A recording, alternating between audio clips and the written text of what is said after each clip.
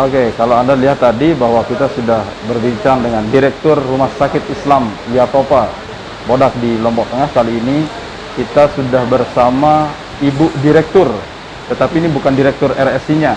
Ini Bu Direktur PT Yatopa Sehat Walafiat yang kemudian menaungi Rumah Sakit Islam Yatopanya. Assalamualaikum Bu Direktur. Waalaikumsalam. Apa kabar? Alhamdulillah baik. Tetap sehat ya? Sehat, alhamdulillah. Bu Direktur, sejak kapan mulai pegang menjadi Direktur PT Yatopa Sehat Walafiat? Oh, saya boleh cerita dikit ya? Boleh, boleh. Jadi dari rumah sakit ini kan berdiri sudah 21 tahun. 21 tahun ya? 21 tahun, itu saya masih kecil, masih SD. Jadi dulu sebelum 2015 saya pertama kali memang jadi direktur rumah sakit. 2015 saya diangkat, dikasih kepercayaan sama orang tua. 2015 itu masih boleh rumah sakit itu di bawah yayasan. Jadi 2015 ya, itu menjadi direktur rumah sakit ya, ini? saya sudah jadi direktur rumah sakit. Bulan April saya sudah jadi direktur rumah sakit. Jadi itu masih membolehkan rumah sakit itu di bawah yayasan. Nah, setelah 2016, jadi keluar ada peraturan kalau tidak boleh di bawah yayasan, tapi harus di bawah PT atau badan usaha karena tidak boleh ada profit kan di situ. Jadinya dibuatlah PT itu. Tapi waktu itu saya merangkap direktur PT dan direktur rumah sakit. Di 2015 itu? 2016. Oh, 2016. Ya, jadi PT ini atau Sehat Walafiat ini mulai dari 2016. Jadi pas kita mulai akreditasi 2017, itu sudah ada pakemnya kan. Jadi direktur rumah sakit itu tidak boleh menjabat sebagai direktur PT. Jadi tidak boleh double gitu, salah satu. Akhirnya saya kebetulan direktur rumah sakit itu suami saya, Dr. Hairil Arsam, dulu jadi kadep keuangan. Jadi saya minta tolong, adalah kita bagi tugas. Jadi dia yang sebagai direktur rumah sakit, saya naik sebagai direktur PT. Gitu. Jadi lebih mengatur ke kerjasama yang di luar lah. Tidak ada kesulitan suami istri menjadi direktur itu? Tergantung personal sih itu. Jadi selama ini mungkin lebih ke kalau ada masalah di rumah gitu ya. Kalau nggak kebawa ke sini? Alhamdulillah selama ini enggak sih. Iya. Jadi manajemennya harus kuat ya. Manajemen di kuat. rumah sama manajemen di rumah sakit gitu. Jadi kalau sudah sampai rumah, kita ada komitmen sih sama suami. Jadi kalau sudah sampai rumah sakit, masalah di rumah kita lupain dulu nih. Kita harus profesional. Ya, gitu. kalau sudah di rumah, urusan rumah sakit ya kita jangan dibahas dulu deh gitu. Karena pasti akan berimbas juga ke cara kita ngurus anak dan lain-lain kan. Kebetulan saya juga punya anak sih. Bu Direktur, ini kan rumah sakit swasta. Tentu hidupnya bukan dari APBN, dari APBD begitu. Benar. Hidupnya betul-betul mandiri. Bagaimana kemudian Bu Direktur memanage rumah sakit ini sehingga bisa tetap bertahan dan tetap survive? Bahkan kata Pak Direktur RSI-nya, yang salah satunya suaminya Bu Direktur juga, sudah lolos di tahap sertifikasinya. Bukan sertifikasi, untuk yang rumah sakitnya? Akreditasinya. Oke, jadi akreditasi. Jadi memang kalau rumah sakit Islam Yatopa ini benar-benar pembiayaannya pembiayaan sendiri. Jadi kebetulan mandiri. Mandiri. Di Yayasan Athari Al-Fadilah itu kebetulan ketua yayasannya itu kakak saya. Okay. Sekretarisnya itu kakak saya nomor 2 dan saya juga sebagai bendahara. Jadi dan kebetulan Yatopa ini bukan hanya punya usaha rumah sakit aja. Jadi kebetulan kita dapat rezeki lebih lah. Ada beberapa usaha kayak di kebun ada kita jual jambu kristal. Terus ada pendidikan, ada KBIH juga. Terus ada tempat permandian juga di Lombok Timur. Jadi itu nanti kita sharing dana. Jadi mana jika ada dana lebih kita kumpulkan. Subsidi silang. Iya, subsidi silang gitu. Jadi nanti karyawannya yang di sana kalau berobat ke sini kan ada potongan lah. Seperti itu sih, Pak. Apa yang kemudian bisa membuat rumah sakit ini tetap bertahan sampai sekarang? Kalau saya bisa ngomong, ini memang rumah sakit, dibilang rumah sakit orang miskin sih Pak. Karena saya memang dari kecil tahunya ini, kalau dilihat dari segi fasilitas mungkin masih kurang sih kita. Tapi dengan niatnya Abah, saya dari dulu pas saya masih SD, itu dulu awal mulanya kan dari balai pengobatan. Jadi dari jamaahnya tuh banyak sekali yang minta air. Jadi kan Abah itu jangan sampai orang itu malah karena gara-gara air ini yang bikin dia sehat gitu. Jadinya inisiatif Abah untuk buat balai kesehatan. Habis itu berkembang biar benar-benar secara medis begitu ya. Biar benar-benar medis dibantu. Tapi memang susah karena kita tidak punya dana besar seperti orang-orang sih Pak. Jadi setelah 2006 kalau nggak salah itu almarhum dokter Mutiah itu yang bawa ini Jamkesmas yang benar-benar orang miskin itu. Jadi niatnya memang buat rumah sakit ini hanya untuk orang miskin Orang sebenarnya. miskin. Ya, kita Meskipun bantu. pelayanannya sebenarnya Ya, umum siapa saja yang boleh, gitu. tapi Tapi niat kebanyakan- awalnya ya, begitu. untuk membantu. Karena bisa dicek untuk kelas 3 bed kita lebih banyak. Kalau memang kita memikirkan profitnya, kenapa enggak VIP? Kalau satu hanya lebih profit banyak? saja yang dihitung itu. Karena di sini memang banyak, sampai sekarang pun seandainya ada yang sakit, terus dia tidak punya kartu BPJS, banyak yang masih minta keringanan, minta apa, itu kan masih banyak lah. Jadi Masih bisa lebih banyak dibantu lah. sosial kalau di sini sih, Pak. Tapi alhamdulillah dengan begitu mungkin didoakan oleh orang-orang berkahnya itu. Dan kebetulan juga kita kan ada anak yatim juga di yayasan. Oke. Dan itu jadi sedikit keuntungan dari rumah sakit itu kita untuk menghidupi mereka. Jadi mungkin doanya itu sih kalau saya, berkahnya di situ. Suka dukanya seperti apa Bu Direktur Mbak? Artinya memimpin, memanajemen rumah sakit Islam swasta yang kemudian memang seperti yang saya bilang tadi, tidak hidup dari APBN, tidak hidup dari APBD, pure, hanya mandiri begitu dalam hal pendanaan saya. Kalau sukanya mungkin kita lebih banyak jiwa sosial kita untuk menolong orang lebih banyak.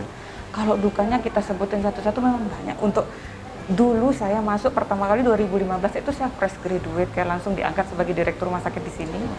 Saya bingung ini Mau ngerjain maksudnya apa mau gitu? ngerjain apa, terus Mau dari mana? Mau dari mana? Ini utang banyak, terus karyawannya juga banyak, saya hidupinnya gimana? Sedangkan fasilitas masih terhitung tidak banyak lah gitu kan. Akhirnya ya saya karena belajar sendiri lah hitungannya kan, sebelum saya menikah kan saya belajar ngeliat dari YouTube, terus saya konsultasi dengan dosen-dosen saya sebelumnya itu di kampus. Oh harus begini, kita harus berani sebenarnya untuk investasi alat pertama kali, untuk ngadain PEKO dan nambah-nambah alat. Alhamdulillah mulai berkembang dan akhirnya sekarang sudah lumayan lah ada keuntungan gitu. Oke. Total nakes kita di sini berapa? Kalau total karyawan 382, nakesnya sekitar 170-an. 170 an. Kalau total karyawan sekitar Total 382 karena memang tidak ada outsourcing di sini. itu 382 itu dibiayai Semua. sendiri. Ya. Tidak kesusahan. Kalau dibilang susah memang susah, tapi mau gimana ya? Karena memang niatnya orang tua saya kembali karena ke orang tua ya. Selain tua menampung pasien juga untuk menyediakan Ya. lapangan pekerjaan juga begitu. Iya benar. Karena memang kebanyakan kalau misalnya kayak satpam dan lain-lain bisa di orang-orang sekitar sih. Tidak cari orang yang jauh-jauh. Hitungannya kita kan memberikan pekerjaan ke teman-teman yang di depan Oke. lingkungan kita gitu. Tetangga terdekat Ya, lah. tetangga terdekat. Gitu. Kalau dari support anggaran sendiri seperti apa untuk fasilitas, untuk menunjang pelayanan yang lebih maksimal yang diberikan kepada masyarakat di sini? Kalau Supporting anggaran lah. supporting anggaran sebenarnya saya juga agak bingung sih menjelaskan seperti itu karena memang benar-benar kita tidak ada fresh money ya, yang maksudnya ada tabungan khusus seperti tempat lain. Kalau di sini mungkin kalau ada kelebihan dari pendapatan bulanan itu kita bisa beli satu alat, tapi tetap kita ada list lah mana yang sebagai prioritas. Misalnya bulan ini kita harus misalnya buat ICU, jadi di ICU itu apa aja. Dan kebetulan mungkin kalau dari segi bangunan kita tidak terlalu susah sih Pak. Jadi karena kita punya tukang juga di yayasan, jadi yang membuat semua Tukang permanen lah tukang di permanen yayasan. lah itu ada tukang sendiri dan langsung dikomandai sama abah saya, orang tua saya. Jadi tidak terlalu susah. Mungkin lebih berat untuk pembelian alat ya. Tapi alhamdulillah untuk alatnya juga kita diberikan kemudahan lah sama supplier. Jadi ada sistem gitu. Bisa Dicicil lah. cicil dulu lah. Ini kan rumah sakit ini terintegrasi dengan pondok pesantren. Apa kemudian kaitannya? Apakah setiap pondok pesantren dengan wali muridnya diwajibkan untuk berobat di sini atau dibebaskan atau seperti apa? Selama ini sih tidak ada peraturan yang misalnya kalau sakit wajib ke rumah sakit. Tapi kebetulan tanpa kita begitu juga mereka sudah diarahkan ke sini. Kan jamaahnya Secara ikatan emosional ya. Jamaah abah pun yang di Lombok Timur, yang di Sumbawa, kadang banyak yang di sini. Padahal sebenarnya dulu pernah ada sistem di BPJS yang sistem zonasi. Jadi yang pasien Lombok Timur ya ke Lombok Timur, yang Lombok Tengah ke Lombok Tengah. tapi mereka sempat kekeh dia tidak mau di rumah sakit lain, maunya di Yatopa. Itu yang membuat semangat kita, oh ya kita harus berkembang, karena kan banyak orang yang Mungkin berharap karena untuk secara ikatan emosional dan benar. juga pelayanan yang mereka Iya. lihat itu. Karena baru-baru ini kan kita sudah buka pelayanan ICU. Kalau ICU kan alatnya yang kecil-kecil aja sudah berapa ratus juta. Sebenarnya kalau hitungannya kita nggak mampu ya nggak mampu, tapi investasinya dengan besar lah investasi gitu. besar di situ. Karena memang banyak pasien yang ke basicnya jemaah itu tidak mau dirujuk walaupun kondisinya parah. Dia tetap maunya Ini diobat di sini. sampai ada surat tanda tangan kalau dia akan menolak untuk dirujuk, dia lebih baik meninggal di sini. Saking segitunya, jadinya itu yang membuat Fanatiknya ya gitu. fanatiknya. Jadinya itu yang menjadi semangat kita untuk lebih baik dan untuk berkembang lagi gitu. Tapi memang dirasakan dari tahun ke tahun terus semakin Alhamdulillah. performnya semakin lebih benar. baik begitu, pelayanannya Saya, semakin lebih meningkat. Dari 2015 itu saya baru pertama kali jadi direktur, itu saya merasakan klaim yang cuman berapa, jadi wah lumayan lah meningkat. Dan dari situ juga saya mulai memperbaiki dari segi pendapatan karyawan. Jadi kan dulu tidak layak lah diberikan ke terutama teman-teman nakes ya. Di sekarang kita sudah mulai berusaha untuk mensejahterakan karyawan juga. Sudah arahnya ke sana sekarang. Iya. Artinya di samping sisi humanis sosialnya tetap jalan, tapi juga sudah mulai mengarah bagaimana kemudian mensejahterakan karyawan atau juga. penakes yang ada di Iya. sini. Karena kan mereka juga di sini ada yang suami istri. Kami kebetulan tidak ada peraturan yang suami istri tidak boleh bekerja di sini ya. Sekarang di Undang-Undang Tenagakerjaan kan sudah membolehkan. Iya, kalau dulu kan sempat tidak diperbolehkan. Jadi kalau di sini, misalnya dua-duanya di sini terus dengan gaji yang tidak, menurut saya tidak memadai lah, ya kurang menurut saya. Jadinya itu yang membuat saya terpacu dengan suami, dengan keluarga. Kebetulan kan di PT itu komisarisnya juga kakak saya. Jadi itu yang bikin enak kita koordinasinya lebih cepat. Misalnya kalau kumpul pas Tidak lagi buntu makan, lah iya gitu. udah buntu yuk. Ini nih besok kita mau bikin ini gimana ini gampang lah. Koordinasinya ya, lebih cepat. lebih cepat. Tidak perlu harus tertulis secara resmi, harus nunggu feedback kan. Tinggal telepon kan enak gitu. Artinya banyak alumni juga yang kerja mungkin di sini. Alhamdulillah banyak. Prioritas mungkin itu ya. Ya. Sebagai salah satu ini aja sih, bukan prioritas. Jadi catatan lebih aja. Iya, catatan kakinya. Penting itu. Tapi kalau saya karena begini, kalau kita misalnya harus memprioritaskan seorang, misalnya ada titipan A, titipan bupati misalnya, atau titipan siapapun, kasihan yang benar-benar tidak mempunyai titipan dan berharap banget pengen dapat kerjaan. Dan mereka benar-benar profesional. Iya gitu. benar, itu. Apa harapan Bu Direktur ke depan atau mimpi Bu Direktur untuk rumah sakit ini yang sampai saat ini masih belum bisa direalisasikan mungkin? Mimpi saya sebenarnya rumah sakit ini bisa memberikan pelayanan kepada masyarakat yang cakupannya lebih luas. Tidak hanya di Tidak Lombok hanya Tengah. di Lombok Tengah. Memang akhir-akhir ini memang ada untuk operasi katarak. Kebetulan kita yang paling jauh itu dari Sulawesi. Karena memang jam tunggu kita kan tidak terlalu lama. Panjang. Ya terlalu panjang. Jadi itu yang membuat orang tertarik lah ke sini. Intinya itu, biar Intinya bisa itu, ya. setidak-tidaknya mungkin mencakup se-NTB bahkan se-Indonesia se-NTB, begitu ya. biar bisa bermanfaat saja. Karena sesuai dengan memang niatnya orang tua saya untuk buat rumah sakit untuk itu, membantu orang-orang yang benar-benar tidak mampu. Karena saya ingat sekali pesan orang tua saya bilang begini, kalau kamu menspesialkan orang yang pakai celana, pakai jas, itu dia bisa pergi ke Mataram, di sana ada rumah sakit yang bagus.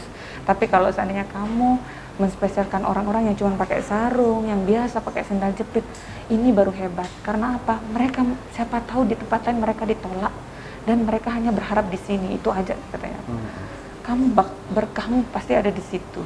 Rezeki mungkin bisa dicari, maksudnya keuntungan tidak terlalu banyak, tapi harus dipikirkan pertanggungjawaban dengan Allah, kayak gitu-gitu sih, Pak. Makanya itu aja yang jadi pegangan kami di sini. Yang menjadi ruh pelayanan di sini lah gitu ya. Kalau dilihat sekarang sudah hampir bisa dikatakan mungkin untung Bu ya kalau alhamdulillah walaupun tidak banyak, alhamdulillah ada untung. Tidak banyak, tapi ini menunjukkan bahwa rumah sakit ini dari tahun ke tahun semakin pelayanan semakin bagus begitu. Alhamdulillah. Sudah bisa dikatakan untung lah, surplus begitu. Alhamdulillah. Gitu. Dan tentu ke depan alat-alat kesehatan juga akan semakin Nggih. tinggi. Kalau untuk fasilitas kamar segala macam udah ini. Kebetulan kita ada lantai 2 sama lantai 3, lantai 4 yang belum kita finishing. Kita terhambat sedang ada. dalam Ya, sedang dalam penyelesaian lah, finishing. Jadi di belakang juga ada, kita rencana ada buka hemodialisa untuk pencucian darah, cuci darah. Tapi karena kemarin sempat COVID, jadi tertunda. Kita lebih memprioritaskan karena kan dana kan pasien yang kesini takut COVID, jadi tidak terlalu banyak. Jadi otomatis pendapatannya kan tidak terlalu banyak juga. Jadi mana yang lebih prioritas dulu itu yang kita kerjakan. Tapi ini sekarang alhamdulillah sudah mulai dikerjakan lagi, mudah-mudahan segera jadi sih Pak. Bagaimana kemudian Bu Direktur memanajemen rumah sakit ini? Tentu kan manajemennya berbeda nih dibandingkan sebelum COVID dan setelah COVID-19 ini. Karena mungkin tidak hanya bagi rumah sakit ini, tapi mungkin seluruh dunia yang merasakan. Benar. Apa trik ataupun manajemen terobosan baru yang dilakukan sehingga rumah sakit Islam Yatofa ini tetap bertahan, tetap survive meskipun di tengah pandemi? Awal-awal ketika pertengahan tahun 2020 yang mulai kalau tidak salah bulan Maret ya, itu kita memang agak berat, sangat berat memang karena terbiasa pasien banyak, pendapatan lumayan. Jadi untuk pas pandemi itu memang sangat berat. Akhirnya dengan kita diskusi terus rapat-rapat dengan alhamdulillah dengan Abah, kita dapat solusi bagaimana caranya tanpa kita harus memberhentikan karyawan, tapi kita masih bisa tetap bertahan gitu. Jadi kita kasih solusi ke teman-teman. Jadi kalau seandainya teman-teman tidak bisa bertahan dengan kondisi yang kita tawarkan ini, mungkin bisa mencari tempat lain. Nah, dan alhamdulillah tidak ada yang pergi lah, kan. Jadi kita sistemnya fee for service. Jadi tidak semua yang masuk. Jadi kita biarkan sesuai dengan kehadiran. Kalau dulu kan mau sesuai jadwal kan, misalnya jadwalnya 12, mau 10, mau 3, tetap hitungannya kan sudah sepaket lah itu gajinya. Tapi sekarang kemarin tuh kita kasih fee for service. Dan mungkin bisa kosnya lebih sedikit dan hemat lebih ke BHP juga. Dan pelayanan tetap dimaksimalkan. Tapi memang kemarin lebih terasa karena operasi juga kita batasi juga sih untuk keamanan karyawan juga dari nakesnya dan lain-lain. Jadi yang biasanya operasi mata 1 hari sampai 35, 40, cuman dijadwalkan 5 sehari. Karena penumpukan kan kita hindari penumpukan juga sih Pak. Bu Direktur, bagaimana upaya dari Bu Direktur sendiri untuk menggenjot nakes yang ada di sini, mulai dari jajaran direktur begitu, kemudian yang di bawahnya semua komponen yang bekerja di sini nih, bisa bekerja maksimal, bisa satu visi dan satu misi dengan apa yang kemudian dicita-citakan gitu. Begini, jadi kalau masalah itu kebetulan saya diajarkan oleh orang tua saya ya. Jadi kita di rumah sakit ini sistem kekeluargaan. Jadi sistem kekeluargaan. Jadi semua dari nakes, dari direktur dulu, dari manajemen, dari kabit-kabitnya, kasih semua. Saya tuh selalu rangkul, jadi enggak pernah mungkin bisa dilihat kalau saya ketemu sama siapapun di sini, saya tuh seperti teman lah. Tidak ada tidak ada gap. Karena kalau kita sudah, itu bos takut, jangan sampai takut di depan saya doang, di belakang. Tapi di belakang macam-macam gitu. Kalau saya lebih senang disegani daripada ditakuti. Benar. Karena mungkin banyak yang masalah pribadi, masalah apapun mereka sering curhat. Ayo gitu. Karena kami di sini dekat sama dokter spesialisnya pun kami dekat. Jadi sering pergi bareng, yuk nonton bareng gitu kan. Kebetulan kami seumuran lah Pak. Ya. Masih muda-muda lah. Ya, gitu. muda-muda kan. Jadi energinya masih. Makanya awal masuk juga pun di sini manajemennya juga tidak ada yang senior lah hitungannya ya. Yang di atas 50 tahun kita jadikan sebagai konsultan. Di sini kebetulan dari kabit, kasih, dan kepala ruangannya banyak kan yang masih fresh, yang masih seger. Walaupun minim pengalaman, tapi masih dapat belajar, gampang diarahkan lah gitu. Baik, terima kasih Bu Direktur atas sharing dan waktunya. Tentu Sama-sama. kita harapkan ke depan RSI Yatopa ini bisa Amin. semakin memberikan pelayanan lebih baik dan bisa makin lebih besar lagi mengepakkan sayapnya. Amin. Kita lanjutkan spesial interview berikutnya.